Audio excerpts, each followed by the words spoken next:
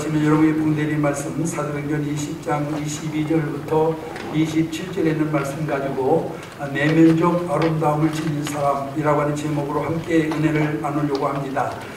우리가 여러 작가 가운데 홍윤숙이라고 하는 분이 있는데 그분의 처음과 마지막에 쓰는 이름이라고 하는 에세이집에 보면은 뒷모습이 아름다운 사람이라고 하는 글이 나옵니다. 그 글에는 뒷모습이 아름다운 사람이 되고 싶다, 보이지 않는 것이 아름다운 사람이 되고 싶다라고 하는 그런 이와 같은 내용이 있습니다. 여러분, 여기서 뒷모습이 아름다운 사람은 어떤 사람을 가르쳐 말할까요? 여기서 뒷모습이 아름다운 사람이라고 하는 것은 내면적인 이와 같은 세계가 아름다운 사람을 말합니다. 다시 말하면 외형보다는 속사람이 아름다운 사람을 가르쳐 말합니다. 여러분, 인간은 모두 아름다움을 추구합니다. 그러나 대부분의 모든 사람이 추구하는 아름다움이라고 하는 것은 여러분 내면적인 아름다움이 아닌 외형적인 아름다움임을 우리가 분명히 알 수 있어요. 그렇기 때문에 외형적인 아름다움을 위해서 많은 시간과 물질과 노력을 이와 같이 또한 기울이고 있는 것을 보게 됩니다. 그러나 여러분, 아무리 노력을 하고 애쓴다 하더라도 외형적인 아름다움이라고 하는 것은 곧 사라져 버리게 되어 있습니다. 여러분, 꽃이 마르고 또한 풀이 시드는 것처럼 우리의 외형적인 아름다움이라고 하는 것은 젊은 한때를 지나고 나면은 점점 시들어 버리게 되어 있습니다. 하지만 내면의 아름다움이라고 하는 것은 그렇지가 않습니다. 그것은 세월이 지나면 지날수록 더 아름다워지는 것이고, 또한 아니면은 나이가 들면 들수록 더 성숙되어지는 것을 보게 되어집니다. 그래서 바울은 성경에 있는 말씀 가운데서 겉사람은 날로 후패하나 속사람은 날로 새로워진다라고 이와 같이 말씀하고 있는 것을 보게 됩니다. 여러분, 우리는 겉사람이 아름다운 사람이 되어야 될까요? 아니면은 속사람이 아름다운 사람이 되어야 될까요? 물론 여러분, 두 개 다 겉사람도 아름답고 속사람도 아름다우면 여러분 그보다 더 좋은 일이 없겠습니다만은, 여러분, 겉사람이라고 하는 것은 나이가 들면 들수록 세월이 가면 갈수록 점점 시들고 늙어가게 되어 있습니다. 그럴 때 우리는 여러분 또한 겉사람도 아름다워야 되지만은 무엇보다도 속사람이 아름다운 사람이 되어야 됩니다. 여러분, 본문에 나오는 바울은 내면적 아름다움을 지니고 있는 사람이었습니다. 그는 외모는 그리 아름다운 편이 아니었던 것 같아요. 솔직히 표현한다면은 아주 못생긴 편이었습니다. 여러분, 모든 자료를 우리가 종합해 볼 때 여러분, 이 사도 바울은 외형적으로는 볼품없는 사람이었다라고 하는 것을 우리가 분명히 알 수가 있습니다. 특별히 서기 200년경에 쓰여진 바울과 데라클라 행전이라고 하는 책이 있는데, 그 책에 보면은 사도 바울을 이렇게 묘사하고 있습니다. 키가 작고 이마가 벗겨지고 다리는 구부러지고 몸집은 뚱뚱하고 눈썹은 맞붙었고 코는 매부리 코인데 은혜가 넘쳐 때로는 사람으로 때로는 천사의 얼굴로 보였다라고 이렇게 기록하고 있는 것을 보게 됩니다.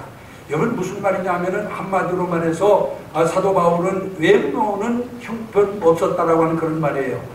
그렇지만 그의 내면에서 풍겨나는 아름다움이 얼마나 아름다웠던지 그 얼굴을 천사의 얼굴로 보게 할 만큼 매혹적이었다라고 이렇게 여러분 또한 이 바울과 데라클라 행전에 보면은 기록하고 있는 것을 보게 됩니다.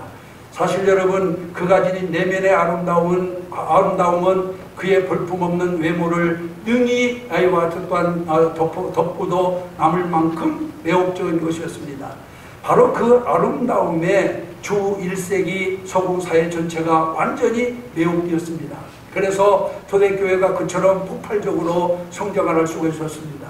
그럼 여러분, 오늘 우리 성도들도 어떤 사람이 되어야 될까? 사도 바울과 마찬가지로 외모도 중요하지만은 내면이 아름다운 사람이 되어야 될 줄로 믿습니다. 그러면은 그토록 이 사도 바울이 내면적 아름다움을 지니게 된 이유가 뭐냐? 그것을 오늘 이 본문은 우리에게 가르쳐주고 있는데, 첫째로 오늘 그가 아름다움을 지닐 수 있었던 이와 같은 첫 번째 이유는 그가 성령께 붙들린 삶을 살았기 때문이다 라고 이렇게 말씀하고 있는 것을 보게 됩니다. 오늘 본문 22절에 보면은 바울은 에베소 교회 장로들을 초청한 자리에서 말씀을 전하면서 이렇게 말하고 있습니다. 보라, 이제 나는 성령에 매여 예루살렘으로 가는데 거기서 무슨 일을 당하는지 알지 못하노라 하고 이와 같이 여기 말씀하고 있는 것을 보게 됩니다. 여기 보면은 성령에 매였다라고 하는 말이 나오는데, 이 성령에 매였다라고 하는 말은 무슨 말입니까? 성령의 강권적인 역사로 인하여 자신의 의지대로 행할 수 없게 되었다라고 하는 그런 말입니다. 여러분, 바울은 성령의 강권적인 역사로 인하여 예루살렘에서 무슨 일이 있을지 모르면서도 그곳으로 올라가게 되었다라고 이와 같이 말씀하고 있는 것을 보게 됩니다. 이처럼 사도 바울의 삶은 언제나 성령에 붙들린 바 되어서 그 인도하심을 따라 삶을 살았습니다. 여러분, 자신의 계획과 의지를 따라 사는 삶이 아니었어요. 다메섹 도상에서 예수 그리스도를 만나고 난 다음부터 그는 오로지 예수 그리스도를 위해서 산 사람인 것을 믿으시기를 바랍니다. 뿐만 아니라 성령의 이끌림을 받아 산 사람인 줄로 믿습니다. 여러분, 성경에 보면 그가 할 수 있었던 것은 그렇게 할 수 있었던 것은 바로 성령께서 그에게 능력을 공급해 주었기 때문인 것입니다. 그가 여러분 안디옥에서 바나바와 함께 전도여행을 떠나게 된 것도 성령의 지시하심을 따른 것이었고, 또 전도여행 중에서 그가 행한 모든 능력들도 다 여러분 성령께서 그에게 능력을 주셨기 때문에 그러한 능력을 행할 수가 있었고, 2차 전도여행 때에도 그 여행의 진로를 정할 때 그 진로도 자신이 정하지 아니하고 성령께서 아이와 또한 정하여 주셨던 것을 보게 됩니다. 이렇게 성령에 붙들린 바 되어 성령의 인도하심을 따라 살았기 때문에 그토록 아름다운 삶을 살 수 있었다라고 하는 사실을 기억하시기를 바랍니다. 그렇습니다. 우리를 진정으로 아름답게 만들 수 있는 것은 바로 성령에 붙들린 바 되어 살아가는 삶이라고 하는 사실을 오늘 우리가 분명히 기억을 해야 될 줄 믿습니다. 우리가 이러한 삶을 살아갈 때 가장 가치 있는 일을 할 수 있고 가장 강력한 능력을 발휘할 수 있으며 가장 큰 영향력을 끼칠 수가 있는 것입니다. 리차드 백스터는 이런 말을 했습니다. 성령의 임재는 크리스찬의 대관식이다 라고 하는 말을 했어요. 이게 무슨 말이냐면은 성도를 영화롭게 하는 것은 바로 성령의 임재라고 하는 그런 말입니다. 여러분, 성령의 임재와 역사가 있을 때 성도는 비로소 참된 성도로서의 진가를 발휘할 수 있다라고 하는 그런 말입니다. 그래서 이 성령의 임재와 역사가 있는 삶, 그 성령께 붙들림 받은 삶을 살 때 성도는 진정으로 아름다울 수 있다라고 하는 사실을 우리가 기억을 해야 될 줄로 믿습니다. 미국 한 도시에 있었던 일입니다. 연합성회를 열기로 결정을 하고 이제 강사 문제로 포위를 하게 되었는데, 대부분의 많은 사람들이 그때 당시 엄청난 은혜를 끼치고 있는 D.L. 무디를 그 연합성회 강사로 모시자라고 하는 그런 의견을 내놓게 되었어요. 그때 한 젊은 목사가 자리에서 일어나가지고 이렇게 말을 합니다. 어째서 꼭 무디만 초청해서 부흥회를 열어야 되느냐? 무디 말고도 훌륭한 부흥사는 얼마든지 있지 않느냐? 무디 한 사람이 성령을 독점이라도 하고 있느냐? 하고 이렇게 반문을 했어요. 그때 다른 목사님이 일어나 거기에 대해서 대답을 하는데 뭐라고 대답을 하느냐? 이렇게 대답합니다. 나는 무디를 잘 알고 있습니다. 물론 무디가 성령을 독점하고 있는 것은 아닙니다. 하지만 분명한 사실은 성령께서 무디를 독점하고 계십니다 라고 이렇게 대답을 했다라고 하는 것입니다. 사랑하는 성도 여러분, 무디를 무디되게 한 것이 무엇입니까? 여러분, 바로 성령님이심을 믿으시길 바랍니다. 성령께서 그를 전폭적으로 지배하셨을 때 그는 전 세계를 매혹시킬 수 있는 아름다운 사람이 될 수 있었다라고 하는 사실을 기억하시기를 바랍니다. 그러므로 여러분들도 성령에 붙들림 받은 삶을 살게 되시기를 주님의 이름으로 축원합니다. 성령께서 여러분들을 완전히 독점하실 수 있도록 내 자신을 송두리째 주님 앞에 내어놓을 수 있는 여러분들이 되시기를 바랍니다. 그러면 진실로 여러분들은 여러분 하나님 앞에나 사람 앞에 아름다운 사람으로의 삶을 살게 될 줄로 믿습니다. 그래서 성령께 매여 사는 삶, 성령께 붙들림 받은 삶이 바로 우리의 속사람을 아름답게 만든다라고 하는 사실을 기억하시고 성령 충만한 삶을 살아가는 여러분들이 되시기를 주님의 이름으로 축원합니다. 그 다음에 두 번째로 일단 이 사도 바울을 아름답게 만든 것이 뭐냐? 목숨을 걸고 주의 일에 충성했기 때문입니다. 오늘 본문 24절에 보면은 나의 달려갈 길과 주 예수께 받은 사명 곧 하나님의 은혜의 복음 증거하는 일을 마치려 하면은 나의 생명을 조금도 귀한 것으로 여기지 아니하노라. 여러분, 위대한 고백입니다. 여러분들은 지금까지 예수 믿으면서 이런 고백을 한 번이라도 해본 적이 있나요? 여러분은 고백을 그만두고 이런 생각을 한 번이라도 해봤어요? 주님의 복음 증거를 위해서 내 목숨까지도 내어놓겠다라고 하는 생각을 한 번이나 해봤냐 그 말이에요. 여러분, 복음 증거하는 증거라고 하는 자신의 사명을 온전히 이룰 수만 있다면은 바울은 자기의 생명조차도 얼마든지 포기할 수 있다라고 이와 같이 여기서 고백하고 있는 것을 볼 수가 있습니다. 이것은 그가 자신에게 맡겨준 주님의 사명에 대해서 그 사명이 얼마나 귀한가를 알고 거기에 얼마나 충성된 자인가를 우리에게 보여주는 말씀이라고 할 수가 있습니다. 그렇습니다. 사도 바울은 자신에게 맡겨준 주님의 일에 대해서 철저하게 충성된 사람이었음을 우리가 기억을 해야 될 줄로 믿습니다. 그는 자신에게 맡겨진 사명을 감당하기 위해서 실로 엄청난 대가를 지불해야만 했습니다. 하지만 그는 그것을 마다하지 아니하고 기꺼이 그 대가를 치르면서도 자기 사명을 감당한 사람임을 믿으시기를 바랍니다. 고린도후서 11장 23절부터 27절을 보면은 이렇게 기록하고 있습니다. 저가 그리스도의 일꾼이냐 정신없는 말을 하더니와 나도 더욱 그러하도다. 내가 수고를 넘치도록 하고 옥에 갇히기도 더 많이 하고 내도 수없이 맞고 여러 번 죽을 뻔하였으니 유대인들에게 40에 하나 감한매를 5번 맞았으며 3번 대창으로 맞고 1번 돌로 맞고 3번 파산하였는데 일주일을 기품에서 지냈으며 여러 번 여행에 강도의 위험과 그리고 강의 위험과 동족의 위험과 이방인의 위험과 시내의 위험과 광야의 위험과 바다의 위험과 거짓 형제들의 위험을 당하고 또 수고하며 애쓰고 여러 번 자지 못하고 줄이며 목마르고 여러 번 굶고 춥고 헐벗었노라 하고 이렇게 기록하고 있는 것을 보게 됩니다. 여러분, 사도 바울의 아름다움이 어디에서 온 것이냐? 바로 여기에서 온 것임을 믿으시기를 바랍니다. 주님의 일을 이루기 위해서라면은 아무리 큰 고난과 수고도 마다하지 않는 그의 충성심이 바로 그가 가지고 있었던 아름다움의 요체였다라고 하는 사실을 우리는 분명히 기억을 해야 될 줄로 믿습니다. 그는 주님의 일 앞에서 여러분 한 번도 망설인 적이 없습니다. 그 일이 자기에게 어떠한 불이익을 준다 하더라도 또한 그것을 여러분 겁내지 않았습니다. 그리고 자기에게 어떤 손해가 올지 미리 계산해 보지도 않았습니다. 오직 그 일이 주님의 일이며 또한 자신이 감당해야 할 사명이라고 한다면은 여러분 목숨 바쳐서 그 일에 충성했다라고 이와 같이 여기 고백하고 있는 것을 보게 됩니다. 그렇게 했기 때문에 그토록 바울은 아름다운 사람이 될 수 있었음을 믿으시기를 바랍니다. 여러분, 우리나라에서도 아주 이런 미담들이 많이 있습니다.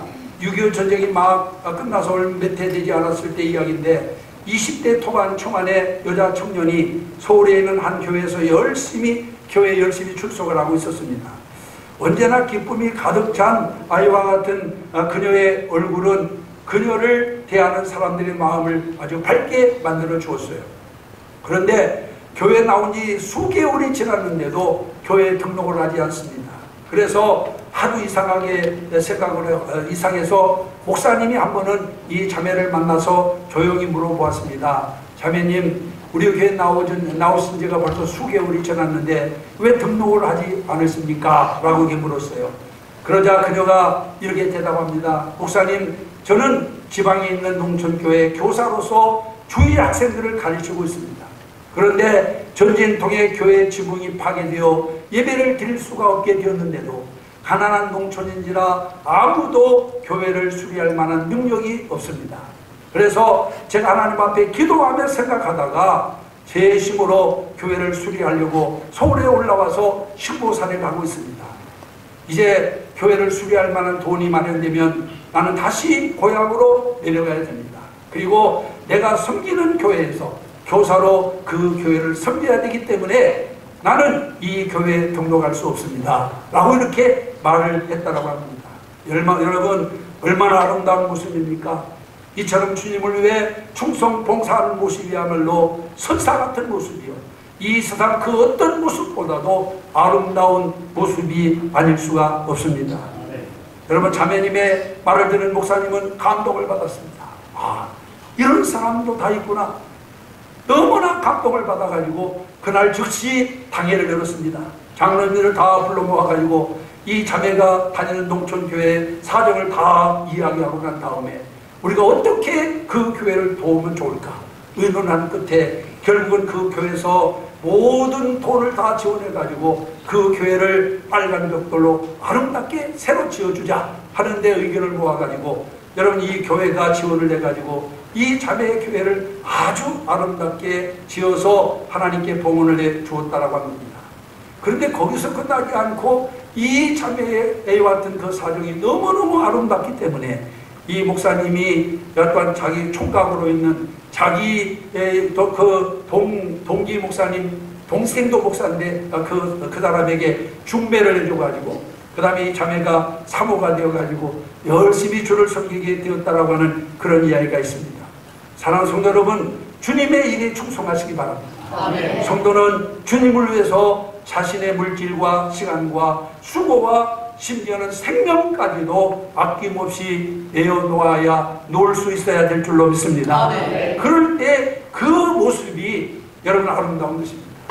여러분, 주를 위해서 충성하는 모습, 주님을 위해서 아름답게 헌신하는 모습, 그것은 이 세상 어떤 보석보다도 하나님께서 더 귀하게 아름답게 보신다라고 하는 사실을 우리는 분명히 기억을 해야 될 줄 믿습니다. 아멘. 우리가 주님으로부터 무엇을 얻을 건가, 무엇을 받을 건가만 생각하지 말고 이제 우리 성도들은 주님을 위해서 사도 바울과 같이 이 자매와 같이 정말 주님을 위해서 기꺼이 나를 헌신할 수 있는 그런 성도들이 되시기를 주님의 이름으로 축원합니다. 아멘. 주님이 지금도 찾고 있는 사람이 있다라고 한다면 그렇게 충성된 사람을 주님이 찾으신다라고 하는 것을 우리가 분명히 기억하고, 여러분, 우리는 하나님께서 기뻐하는 이와 같은 성도로서 주께 충성을 다할 수 있게 되기를 주님의 이름으로 축원합니다.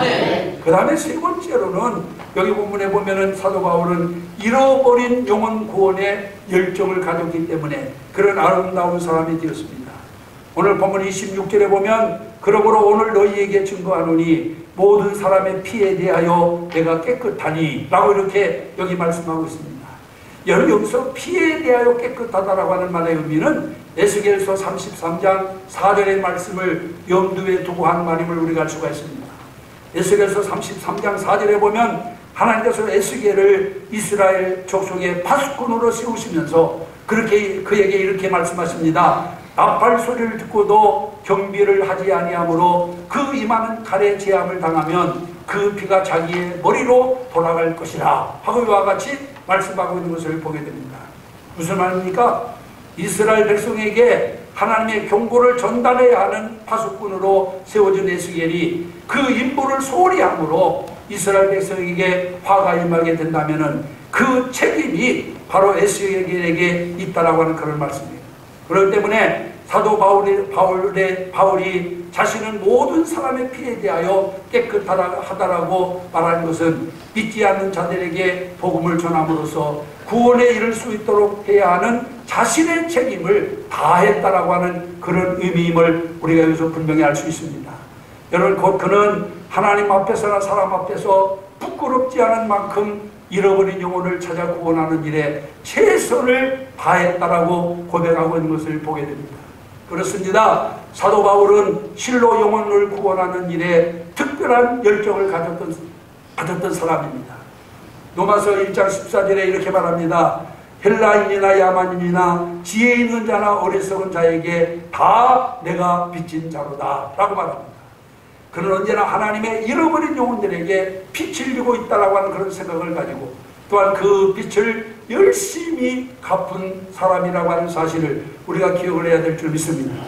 이러한 그의 구령에 대한 열정이 그를 아름답게 만들었습니다. 그가 여러분 어떤 외모를 가지고 있든지 어떤 옷을 걸치고 다니든지 그것은 상관없습니다. 오직 잃어버린 영혼을 찾아 구원하겠다는 열정을 가지고 그 있는 자라고 한다면은 그는 주님 보실 때 가장 아름다운 사람이라고 하는 것을 우리가 기억을 해야 될 줄 믿습니다. 하나님이 우리를 택하시고 부르신 이유가 무엇입니까? 하나님이 우리에게 은혜 주신 목적이 뭡니까? 하나님이 여러분에게 성령을 보내신 목적이 뭡니까? 여러분은 하나님께 은혜 받기만 소원하고 아니면 또한 하나님께로부터 또한 능력 받기만을 원하는데 여러분 은혜 받고 능력 받아서 어쩌자는 거예요? 왜 그것을 하나님이 우리에게 주었어요? 잃어버린 영혼을 구원하게 하기 위해서, 영혼 구령을 위해서 하나님께서 우리에게 은혜도 주시고 성령도 주신 것을 믿으시기 바랍니다. 그래서 성령 받고도 은혜 받고도 전도하지 못하는 사람은 이건 여러분 하나님께서 주신 은혜를 배반합니다. 때를 얻든지 못 얻든지 하나님의 택한 백성들은 열심히 영혼 구령의 앞장을 서야 된다라고 성경은 분명 우리에게 가르쳐주고 있어요. 윌리엄 부스는 옥스퍼드 대학에서 연설할 때 그렇게 말을 합니다. 인간 최대의 사업이 무슨 사업이냐? 구령 사업이다 라고 하는 말을 합니다. 그러면서 그 이유를 몇 가지로 설명하는데, 첫째는 그리스도의 일생의 목적이었기 때문이고, 두 번째는 사람을 제일 많이 축복하는 것이기 때문이며, 세 번째는 최선의 사회 공헌이기 때문이고, 네 번째는 지상의 천국을 건설하기 때문이며, 다섯 번째는 구령자의 영혼에 하나님의 축복이 임하기 때문이다 라고 이렇게 역설하고 있는 것을 보게 됩니다. 여러분, 한 사람의 영혼이 구원받았다면 그 주위에 천국이 이루어지는 것을 믿으시기를 바랍니다. 그렇기 때문에 사람이 할 수 있는 그 어떤 일보다도 보람 있고 가치 있는 일이 있다고 한다면 바로 영혼을 구령하는 일인 것을 믿으시기를 바랍니다. 그러므로 구령에 그런 이와 같은 열정을 가진 사람만큼 여러분 세상에 아름다운 사람이 없음을 우리가 다시 한번 기억을 해야 됩니다. 적어도 하나님께서 보실 때, 하나님께서 보실 때에는 구령의 열정을 가진 사람만큼 아름다운 사람이 없어요. 외모가 아무리 미스 코리아라도 아니면 미스 유니버스라고 하더라도 여러분 전도에 열정이 없다면 그 아름다움은 일시적인 것입니다. 그러나 전도에 열정을 가지고 있는 사람이라면 그 외모가 어떠하든 하나님 보실 때에는 이 세상에서 가장 아름다운 사람이라고 하는 것을 우리가 기억을 해야 될 줄로 믿습니다. 그러므로 우리는 뭐 다른 건 다 좋습니다. 우리가 사업을 열심히 해서 사업이 정말 더 번창하는 것도 중요하고, 또 열심히 건강관리해서 건강한 것도 중요하고, 또 아니면은 그와 우리가 열심히 정말 공부해서 좋은 대학에 들어간 또 다 좋습니다, 여러분. 그러나 그래서 어쩌자는 거예요? 우리 성도들에게 있어서 가장 귀한 일은 바로 영혼을 구원하는 일입니다. 한 영혼이라도 주님 앞에 구원해서 하나님 앞으로 인도하는 것, 그것이 최선의 아름다움인 것을 믿으시기를 바랍니다. 미국의 어떤 문화운동 단체장이 스펄전 목사님을 찾아왔습니다.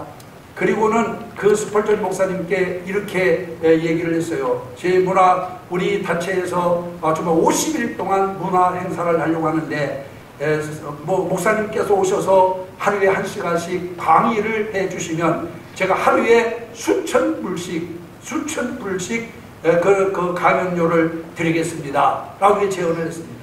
누가 들어도 솔깃한 제안 아니에요? 50일 다 해서 수천 불을 줘도 감사한데 하루에 수천 불씩, 정확하게는 기록이 안 됐으니까 얼마 1000불만 하더라도 얼마입니까? 100만 원이 넘지 않아요?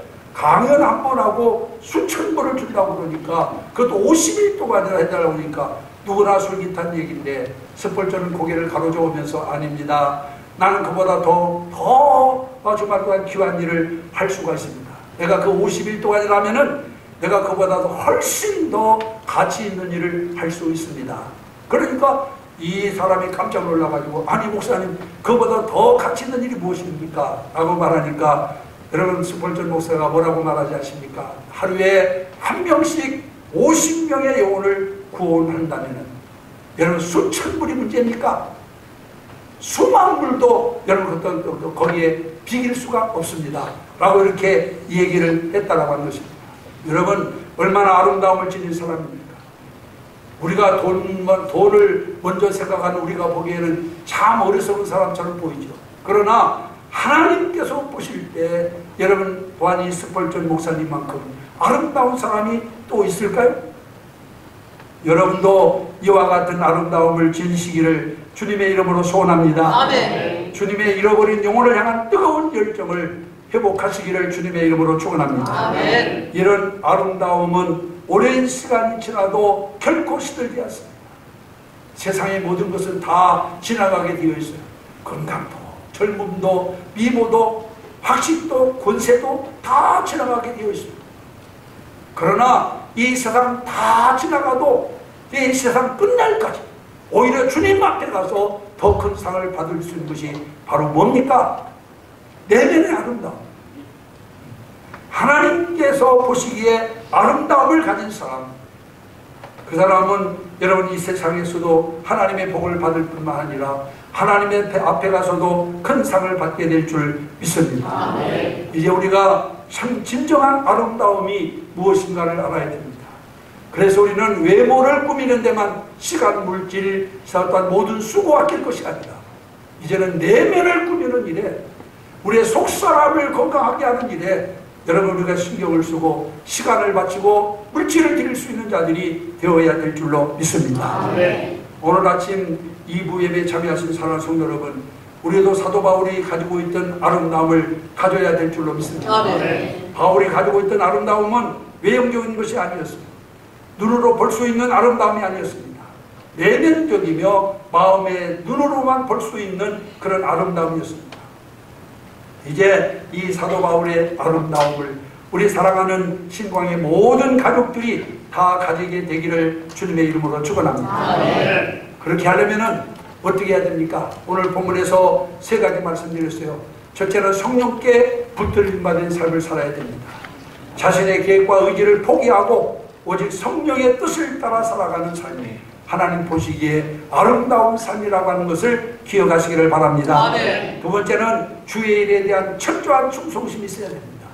주님이 내게 맡겨준 사명, 그것은 목숨보다도 귀한 것임을 다시 한번 깨닫게 되시기를 바랍니다. 아멘. 그래서 사명 감당을 위해서 여러분 우리가 정말로 충성을 다할 수 있는 사람, 그것이 그런 사람이 아름다운 사람이요. 그리고 세 번째는 하나님의 잃어버린 영혼에 대한 그들을 구원하고자 하는 열정이 있어야 됩니다. 영혼을 구원하고자 하는 그의 열정을 주님이 여러분 보실 때 여러분 이 세상의 어떤 것보다도 더 아름답게 보신다라고 하는 것을 분명히 기억하시고, 이제 우리 모든 신광의 가족들이 사도 바울과 같이 하나님 보시기에 그 내면이 아름다운 사람들이 되어서 우리 주님께 영광을 돌리게 되기를 주님의 이름으로 축원합니다. 기도하겠습니다. 이 시간